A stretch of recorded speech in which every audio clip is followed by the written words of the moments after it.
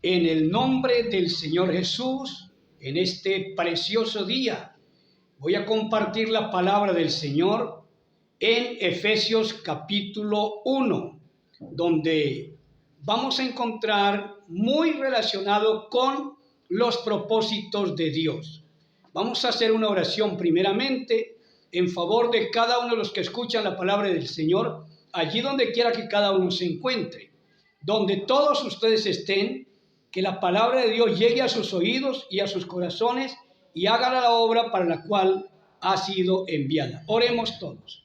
Señor Jesús, soberano y santo, temible y poderoso Dios, tú que habitas en las alturas y en la santidad, y que también habitas con el quebrantado y humilde de espíritu, para hacer vivir el espíritu de los humildes, y también para vivificar el corazón de los quebrantados. Mira cuántos en este día están al alcance de tu palabra que está siendo predicada. Que en este culto sea la bendición tuya derramándose sobre todos los hermanos, sobre cada uno de los amigos que también pueden escuchar allá en sus lugares donde se encuentran. Obra, poderoso Dios, que cuando yo abra mi boca, las palabras tuyas estén al alcance de todos los que le escuchan. Que no sea yo quien hable, sino que seas tú hablando a través de este siervo tuyo. En el nombre del Señor Jesús. Amén y amén. Lo que pongas en mi boca, lo que pongas en mi boca, yo hablaré. Lo que pongas en mi boca, lo que pongas en mi boca, lo que pongas en mi boca, yo hablaré. Lo que pongas en mi boca, a mí no, Señor, a mí no es que me toca. Yo hablaré. Lo que pongas en mi boca, a mí no, Señor, a mí no es que me toca. Yo hablaré. Lo que pongas en mi boca, lo que pongas en mi boca, lo que pongas en mi boca, yo hablaré. Lo que pongas en mi boca, lo que pongas en mi boca, lo que pongas en mi boca, yo hablaré. Lo que pongas en mi boca.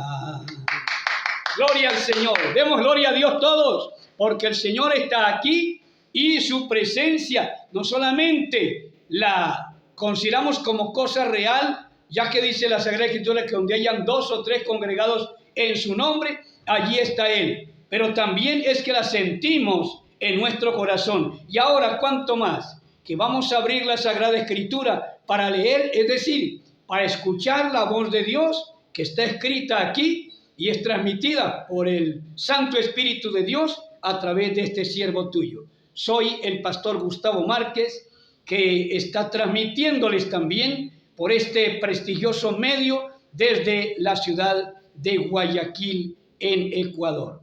En Efesios capítulo 1, el versículo 4 en adelante dice así, bueno, voy a leer algunos versículos en el nombre del Señor Jesús.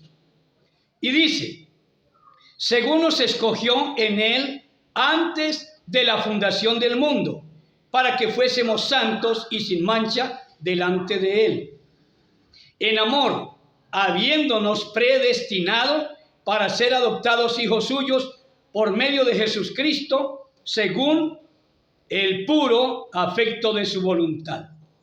Versículo 8. Que hizo sobreabundar para con nosotros en toda sabiduría e inteligencia, dándonos a conocer el misterio de su voluntad, según su beneplácito, el cual se había propuesto en sí mismo, de reunir todas las cosas en Cristo, en la dispensación del tiempo, del cumplimiento de los tiempos, así las que están en los cielos como las que están en la tierra. En Él mismo tuvimos herencia, habiendo sido predestinados conforme al propósito del que hace todas las cosas según el designio de su voluntad, a fin de que seamos para alabanza de su gloria, nosotros los que primeramente esperábamos en Cristo. Voy a leer también en el capítulo 3 algunos versículos, dice el verso 8, ahí mismo en Efesios 3, 8. A mí, que soy menos que el más pequeño de todos los santos, me fue dada esta gracia de anunciar entre los gentiles el evangelio de las inescrutables riquezas de Cristo y de aclarar a todos cuál sea la dispensación del misterio escondido desde los siglos en Dios, que creó todas las cosas, para que la multiforme sabiduría de Dios sea ahora dada a conocer por medio de la iglesia a los principados y potestades en los lugares celestiales, conforme al propósito eterno que hizo en Cristo Jesús, Señor nuestro, en quien tenemos seguridad y acceso con confianza por medio de la fe en Él. Gloria al nombre del Señor Jesús. Dejamos hasta allí la lectura. Espero que estén muy atentos a la gloriosa e inmutable palabra de Dios.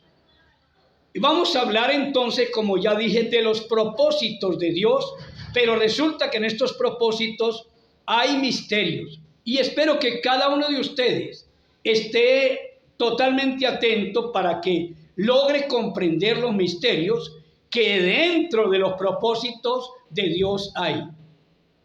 Vamos a analizar desde el comienzo.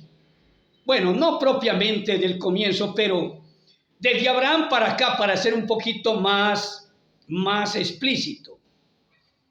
Dios estaba mirando, y como siempre lo ha hecho, a todos los hombres en todos los lugares.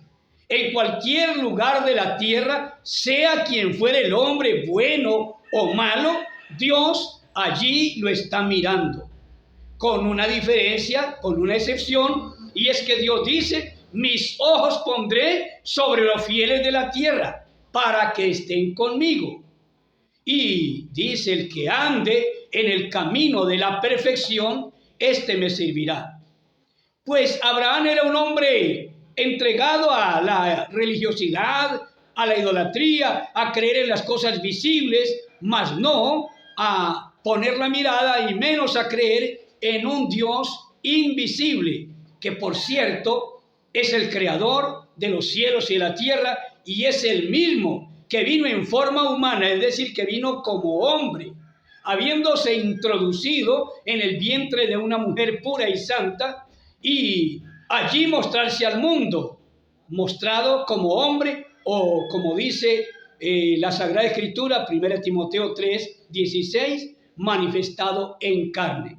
Pues Abraham no lo había visto, no había conocido de él, seguramente no había oído su voz, y obviamente pues hay razones justificadas, amados hermanos y amigos que me escuchan. Si no ha oído la palabra de Dios, entre nosotros los humanos hay razones justificadas para decir: bueno, yo voy a creer en este santo, o voy a creer en aquel, o voy a creer en lo que veo por allá en la constelación, en los astros, en los planetas, en las estrellas, en todo lo demás que está creado, y de pronto no en Dios, porque no lo ha visto y no ha oído nada de él. Mas sin embargo, en Romanos capítulo 1 dice que lo que ha sido creado es manifiesto, o sea que estamos al alcance del conocimiento de Dios por medio de todo lo que existe, porque por naturaleza todas las cosas existen porque hubo un creador. Si para tener una casa, pues estando el terreno allí vacío, fue alguien que construyó esa casa. Depende de su estructura, pudo haber habido un arquitecto, un ingeniero, un maestro, en fin, una cantidad de personas que pusieron allí su parte para la construcción de esa casa. Pues asimismo, Dios, como creador del universo, está demostrando que Él ha existido y que todo lo que vemos nos da testimonio de Él, como para que podamos creer en Él, aún siendo invisible, y que no le hayamos oído. Pues si podemos escuchar el silbo del viento, ya podemos entender que sí estamos oyendo algo de lo creado por Dios, y Dios nos está hablando aún a través del viento. Pero teniendo en cuenta que Abraham no conocía a Dios, Dios allá en ese lugar tan lejano, tan distante de Dios, donde se encontraba, Dios lo llamó Y Abraham respondió a esa voz que solamente le decía: apártate de los tuyos.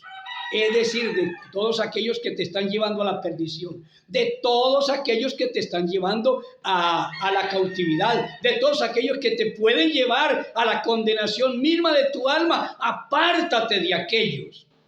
Vete de tu tierra, apártate, vete de tus parientes a un lugar que yo te mostraré. ¿Cuál sería ese lugar que Dios le iba a mostrar? Él no sabía si era a la derecha o era a la izquierda, o era para arriba, o era para abajo, o era hacia atrás. Él no sabía para dónde coger. Mas, sin embargo, obedeció la voz de Dios y se fue. Llegando a cierto lugar, Dios le habló. Yo soy el Dios Todopoderoso, dice en Génesis capítulo 17. Anda delante de mí y sé perfecto. Y Abraham, oyendo esa voz, se propuso a obedecerla. Es decir, andar delante de Dios, aunque no lo estaba viendo, pero por la fe. Y a ser perfecto, es decir, apartarse de todo lo que en alguna forma él considerara que fuera pecado, que estaría en contra de la santidad de aquel que le estaba hablando. Es lo que también cada uno de nosotros tenemos que hacer. Pero el propósito de Dios con Abraham era procrear o sacar de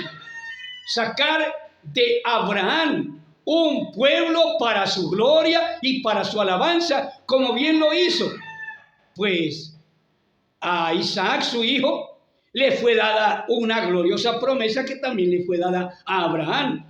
Y de Isaac esa promesa trascendió a Jacob, su hijo, y se cumplió, y en Jacob se formó ese gran pueblo que entre todos los pueblos de la tierra Dios lo llamó su pueblo. Mire cómo son los propósitos de Dios. Pasando el tiempo, Dios de pronto, en medio de una tremenda mortandad de niños que eran inocentes, que no sabían nada ni de lo bueno ni de lo malo, Dios se propuso, óigame bien, a salvarle la vida a un niño entre tantos. Es cierto, papá y mamá contribuyeron en parte, vamos a decir lo que a ellos les correspondía hacer, y Dios haría lo demás. Entonces, lo escondieron por 3 meses y aparentemente imposible ya para esconderlo, porque el niño lloraba. Y es lo más natural, pues un niño llora porque tiene hambre, llora porque tiene frío, llora porque no está en los brazos de la mamá, etcétera, etcétera. Entonces el niño lloraba y los que andaban buscando a los niños podían haberlo escuchado. Entonces lo que llegaron a un común acuerdo papá y mamá de ese niño fue ponerlo en una canasta cubierta de brea y lo pusieron en el río. Bueno, que se lo lleve la corriente, pero su hermanita Miriam estaba allí vigilando.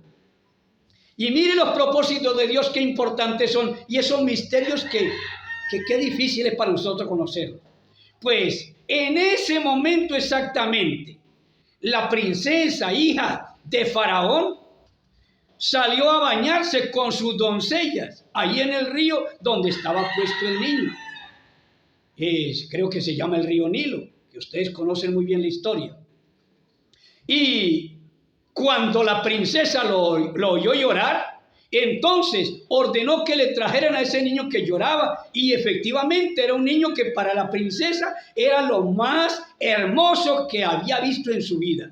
Tal vez nunca había visto tanta hermosura como la vio en ese niño. ¿Por qué Dios quiso que esta princesa viera tanta hermosura en ese niño? Para que ella le suplicara a su padre que por favor a ese niño lo mate, que mate a todos los demás menos a ese. Así que ese niño llamado Moisés, salvado de las aguas, querrá decir, fue educado en toda la sabiduría de Egipto. Pues obviamente pasaba como a ser el nieto del rey. ¿Y qué no le daría el rey a su nieto? Le estaba dando todo.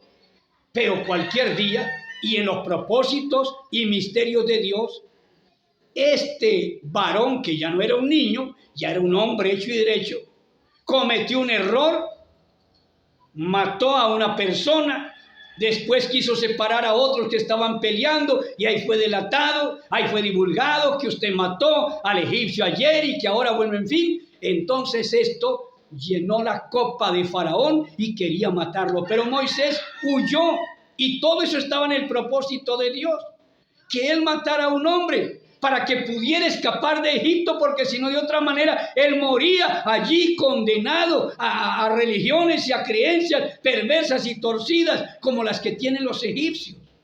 Así que huyó por el desierto. Oiga, y allá tenía Dios un hombre preparado. Este era un sacerdote. ¿Y cómo cruzaría ese desierto? No sé. No sé cuánta hambre, cuánto sufrimiento, cuántas veces se desmayó, pero en fin, llegó a un oasis donde estaba Jetro. Y Jetro tenía 7 hijas y le dio una de sus hijas por esposa y lo puso a pastorear las ovejas. ¿Qué sabía Moisés de pastorear ovejas? Él no sabía nada de eso. A él podían preguntarle toda la ciencia de los egipcios y él daba razón, pero pastorear una oveja, qué se le da de comida, cuándo se le lleva a beber, cómo se llevan al aprisco, en fin, nada de eso sabía él, pero Dios lo puso a pastorear ovejas.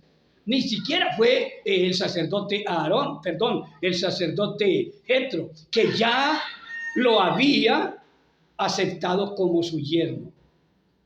Pero estando allá en la ladera de la montaña, vio una luz, un fuego resplandeciente que quemaba la montaña, especialmente una zarza que estaba allí. Pero la curiosidad es que la zarza no se consumía y le dio a Moisés por subir hasta arriba, hasta el tope, hasta lo más alto de la montaña. Y allí oyó una voz que le dijo: Moisés, quita el calzado de tus pies. Quita las sandalias de tus pies porque el lugar donde estás parado es santo. Ahora Moisés tiene un encuentro con el Dios de sus padres, el que la mamá le había enseñado, le había ilustrado, le había hecho saber de él, hasta el momento en que lo destetó para dejarlo en manos de la princesa, hija de Faraón. Y ahora Dios se le reveló a él en un fuego tremendo, pero que no consumía la zarza. Y como para probar que era Dios, pues déjenme decírselo con estas palabras: Moisés se metió en Dios. Moisés se metió en el fuego, pero tampoco lo consumió él, pero en cambio sí lo purificó, porque Dios es fuego purificador. Demos gloria a Dios, todos alabemos el nombre del Señor. Aleluya, santo es su nombre. Saliendo del fuego purificador y recibiendo las instrucciones que Dios le dio, se fue a Egipto. Y allá en Egipto, donde lo querían matar, estaba el pueblo de Dios esclavizado y él tenía la comisión de ir a rescatarlos, de ir a salvarlos. Así que Moisés cumplió el cometido de Dios, trayendo a ese pueblo para que habitara en una tierra que fluye leche y miel. Mire cómo son los propósitos santos y divinos de Dios. Pero dejo esa parte ahí.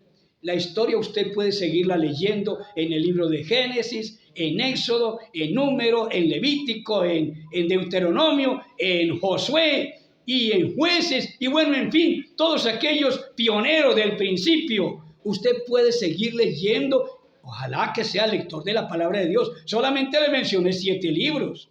Y no es tanto, de verdad que no, para que usted lo estudie y se dé cuenta acerca de ese pueblo. Bueno, y los que ya han estudiado, pues ya saben que lo que estoy diciendo es una realidad, porque estoy diciéndolo con la palabra de Dios. Pero quiero destacar un caso que me llama mucho la atención. Es que el Señor Jesús andaba con sus discípulos. Ya hubo un propósito en Dios de enviar a su Hijo, como ya lo mencioné, nacido de mujer y como hombre, y entonces envió a este Hijo, porque así se le llamó, a ese Dios manifestado en carne, que es el mismo único y soberano y eterno Dios, pues le llamó Hijo. Este será llamado Hijo del Altísimo, dice en Lucas capítulo 1, del verso 35 en adelante. Entonces, a ese que nació, porque nació pues obviamente es hijo, entonces, estando allí cumpliendo el objetivo por el cual había venido, que era darle a conocer la verdad a la gente y darse a conocer él mismo como el verdadero Dios, como lo dijo tantas veces. El que me ha visto a mí ha visto al Padre. Yo y el Padre uno somos. Yo soy Dios, lo manifestó no solamente con palabras, sino con hechos, etcétera, etcétera, etcétera.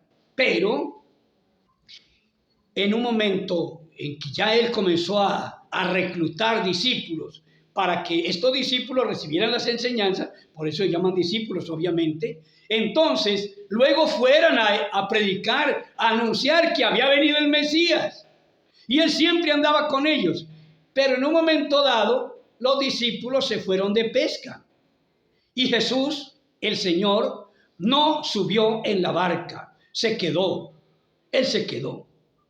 Y quizás tarde de la noche, cuando ellos estaban en alta mar, de pronto él venía caminando sobre las aguas. Y todo eso está en el propósito de Dios. Todo eso está en el propósito de Dios y todo eso encierra grandes misterios. Y cuando el Señor venía caminando sobre las aguas y ya Pedro se da cuenta que es el Señor, Pedro le dice: Señor, si eres tú, haz que yo descienda y que camine sobre las aguas como tú. Y el Señor le dijo, porque en Dios solamente basta la palabra y ya.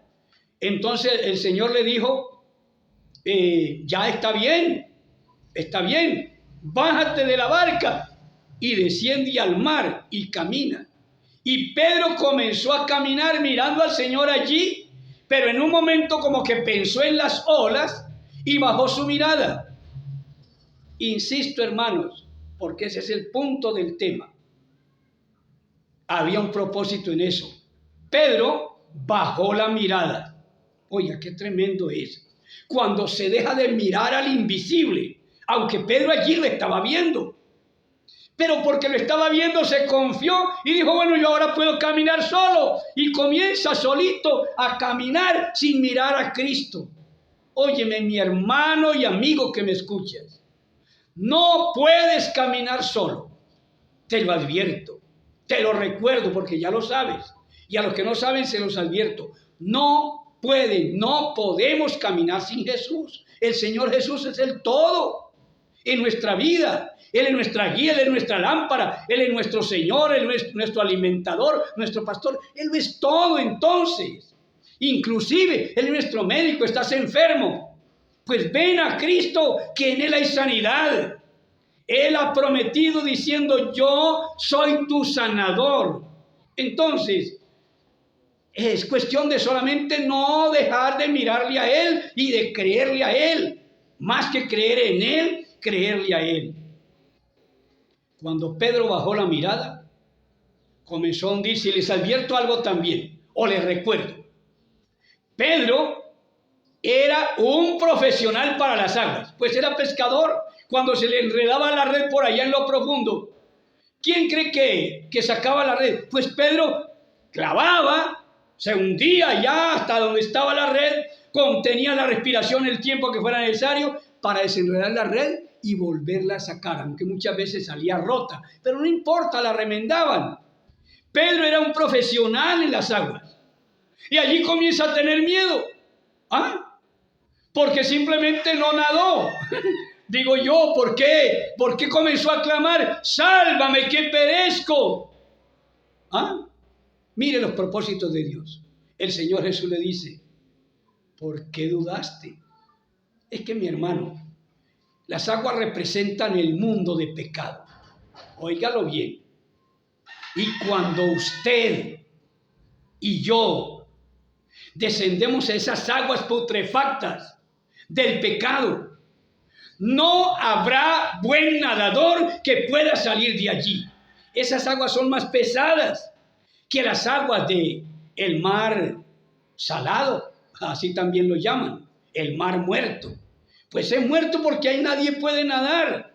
Esas aguas son tan pesadas Pero las aguas putrefactas del pecado son mucho más pesadas. Y no solo pesadas. Quien cae allí se contagia.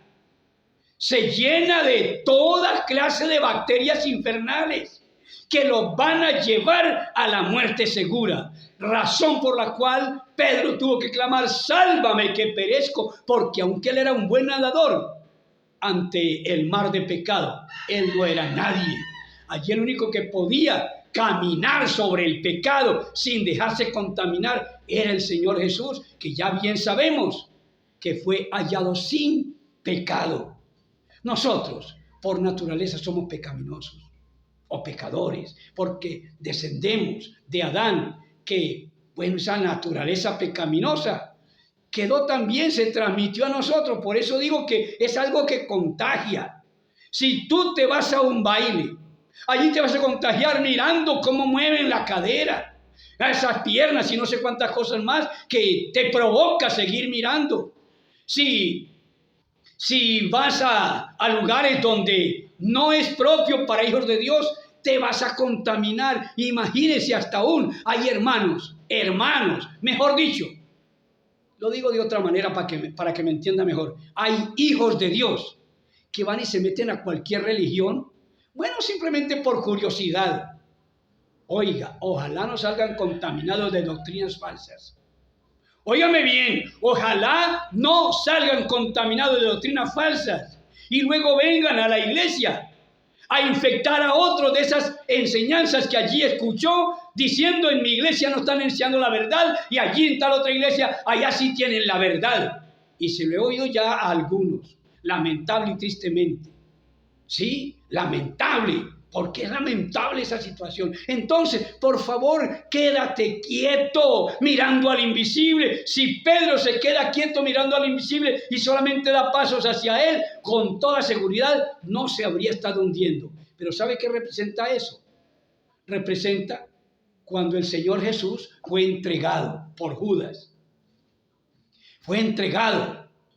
Y era para ser torturado, para ser muerto. Que de hecho eso tenía que suceder. De por donde dé, eso tenía que suceder. Entonces, este Pedro había tenido como advertencia el Señor, antes de ese acontecimiento de ser entregado al Señor, le dijo: Pedro, esta noche, antes que el gallo cante, me negarás 3 veces. Si el gallo cantaba una vez, ya Pedro lo había negado 3 veces. Pero Pedro no sabía lo que eso significaba. Eso era comenzar a hundirse en ese mar de pecado. Sino que por misericordia de Dios, en ese momento se acordó del Señor y acudió a pedir perdón. Señor, sálvame porque he pecado contra ti. Perdóname, Señor. ¿Qué es lo que recibimos como ejemplo de un hombre que de verdad quiere la salvación? Ir a pedir perdón cuando de pronto resbaló, tropezó. Porque es preferible pasar la vergüenza delante de Dios y aún delante de muchos, diciéndole: vea, ahora vienes que arrepentido, porque así dicen algunos. Y por cierto, hay algunos pastores que acusan fuertemente. Me perdonan los pastores que me pueden escuchar, pero hay pastores que condenan fuertemente al que resbaló y cayó. Hasta llegan a decir: ahora ya está condenado. Y si ya está condenado, él dirá: ¿para qué vuelvo a la iglesia? Si ya estoy condenado. El pastor lo dijo, yo escuché con mis propios oídos cuando quise volver y estuve en un culto y el pastor me acusó, me señaló. Ahí viene ese condenado, ya está en el infierno porque hizo esto, y hasta le menciona algunos de los pecados o posiblemente todos los pecados que supuestamente él cometió. Mi hermano, con eso no se salva a nadie. Antes le estamos empujando más para que se hunda en ese terrible mar de desgracia, de condenación. Hay que tener misericordia y amor. Como Cristo nos amó y nos perdonó, así también nosotros amemos y perdonemos. Dios ama a todos y tiene propósitos grandes con ustedes, conmigo y con toda la humanidad. Vamos a orar dándole gracias a Dios por su palabra, esperando que esta palabra haga impacto de vida, haga efecto para salvación y para fortalecer sus almas. Poderoso y santo Dios, en este momento elevo mi voz al cielo con todos los hermanos, allá algunos que están lejos, no importa dónde estén, pero también están levantando sus manos al cielo, dando gracias a Dios por haber sido predestinados, como lo leímos allí en Efesios. para ser reservados para una herencia grande, para recibir ese maravilloso galardón en los cielos. Hemos sido destinados y con propósitos santos, divinos y eternos para gozar con Cristo Jesús en su santa gloria en el cielo. Te doy gracias, Señor, porque nos has redimido, pero te ruego, Señor, por la familia de cada uno de nosotros. Tenemos familia que no se han convertido. Tenemos familia que andan en otros credos, en otras religiones. Tenemos familia que están andando desordenadamente. Yo te ruego también por ellos para que tú en tu propósito los traigas a tu camino y les dé la salvación para su alma. Perdónale, Señor, no les tomes en cuenta su pecado. Yo te ruego, Señor, ayúdales para que anden en pos de ti. Gracias, Padre amado. Gracias, eterno Dios. Amén, amén y amén. Cuando Cristo venga, yo me voy con Él. Cuando Cristo venga, yo me voy con Él. Porque yo estoy listo y yo le sigo fiel. Porque yo estoy listo y yo le sigo fiel. Él viene en las nubes, todo le verán. Él viene en las nubes, todo le verán. Y las multitudes se lamentarán. Y las multitudes se lamentarán. Se lamentarán, se lamentarán. Si quito la mirada del Señor Jesús, mi alma se atribula y no puedo ver la luz. Si quito la mirada del Señor Jesús, mi alma se atribula y no puedo ver la luz. Cristo es el camino, Cristo es la verdad, Él es la vida eterna y en Él puedo confiar. Cristo es el camino, Cristo es la verdad, Él es la vida eterna y en Él puedo confiar. Demos gloria a Dios.